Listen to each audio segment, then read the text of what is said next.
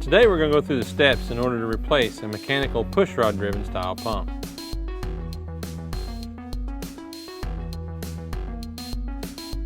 Typically the pushrod driven pump is mounted to the right front of the engine block. Remove the outlet line using a wrench to hold back up on the pump and then loosening the line with a line wrench.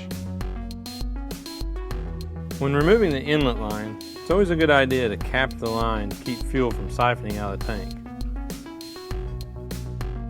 In order to remove the pump from the block, there are two mounting bolts that hold it in position. It's always a good idea to compare the two pumps before installing the new pump, making sure to look at the pumps as far as orientation of the fittings and the arm. There is a part number stamped to the mounting flange of the edge of the pump. This is a standard number that most all manufacturers use. You always want to remove any gasket residue that may be left on the block.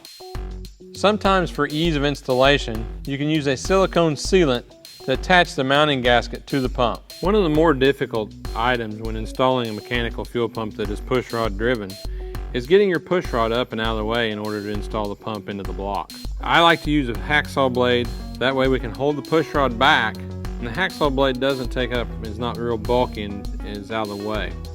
When mounting the pump to the block, you may notice some spring pressure that you'll have to overcome in order to start the bolts into the block. With the new Airtex pump securely fastened to the block, now we can reattach our inlet and outlet lines.